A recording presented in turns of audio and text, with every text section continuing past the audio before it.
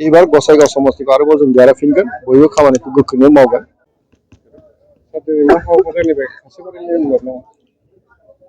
फैगौ विधानसभानि जि बिसायख'थि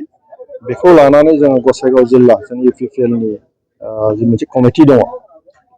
गासैबो जोंनि मावथि बिथांमोनखौ लानानै जों मोनसे सरसा खालामदों जे बिसायख'थियाव जों बोरै खामानि मावनो माबोरै मावनो गासै थासारिखौ लानानै जों मोजाङै सावरायलायो। गोबां जोंनि दैदेनगिरिफ्रा बयबो बाहागो लादों खोब मोजां परिबेस आरो बयबो बुंसोलायदों बयबो गोसोआव साननाय दं जे क'क्राझारनि एबार बियाब जि मोनसे एमएलए जि समस्ति दं बेखौ जों देरहाफिननो हागोन खारन गसाइगाव हिसाबै जोंनि जिरान बसुमतारी जोंनि एमएलएखा जोंबो देरहाखादों थांनाय बाराव बाय इलेक्सनावहाय एबाराव जों बेखौ लाखिफिननो हागोन बे समस्तिखौ बेखौ बयबो जोंनि वार्कारफ्रा बयबो फोथायनाय दङ ओंखायनो जोङो बुंनो हायो इउपिपिएलआ गसाइगाव समस्तियाव जों देरहाफिनगोन आरो जों बयबो गोसो गोथारै खामानिखौ मावगोन।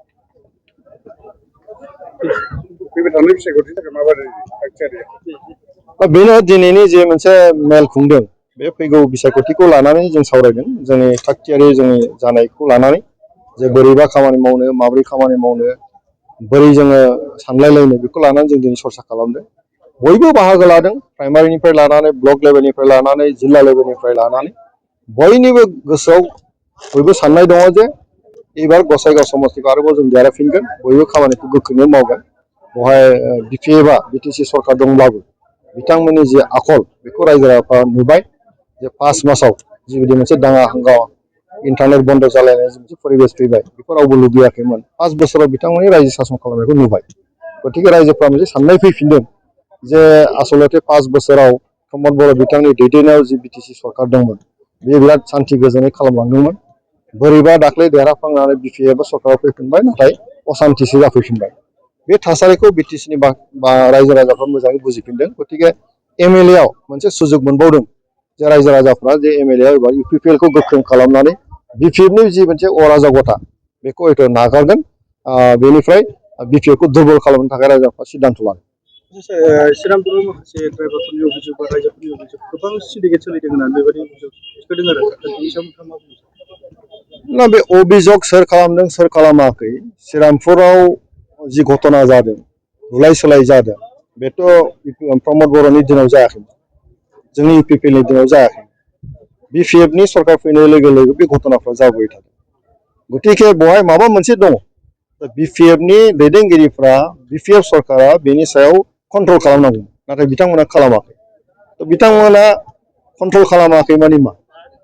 प्रमद बर'नि दिनाव जेबोआनो जायाखै थारमाने कन्ट्रल जादोंमोन आरो बिटिसिआ मिथिगौ बेखौ दा दिनैनि तारिखआव गन्डगल जादों बेखौ बिटिसिनि सरकारा मिथिगौ गतिके बिथांमोना लिंक दङ बिथांमोना कन्ट्रल खालामनांगौ गतिके बे बाथ्राखौनो लानानै रायजो राजाफोरनि गेजेराव दिनै सावरायनाय फैदों जे बिपिएफ सरकार फैफिननाय लोगो लोगो सिन्डिकेट राज जादों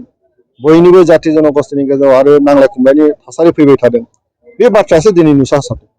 गतिके बेखौ रावबो मोजां मोना ओंखायनो बिसायख'थिनि गेजेरजों एबार बिसायख'थियाव एमएलए बिसायख'थियाव बिपिएफखौ फेजेननो थाखाय रायजोफ्रा थांखि लाबाय आरो इउपिपिएलआ देरहागोन।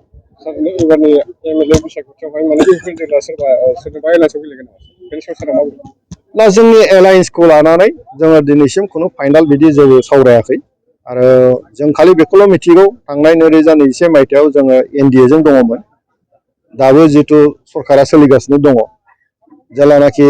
बिसायख'थिया फोसावगोन बे समसिम जोंनि एलायन्सनि धर्मखौ जों लाखिलांबाय थादों खिन्थु जोंनि प्रायरिटिया जाबाय मा इउपिपिएलआ हारसिङैनो 15टा समस्तियाव गेलेनानै देरहासार जानायनि जि क्षमता बे क्षमताखौसो लानानै जोङो दावखोलांनायनि सिन्ताखौ दंबाय थायो आरो बे साननैसोनि गेजेराव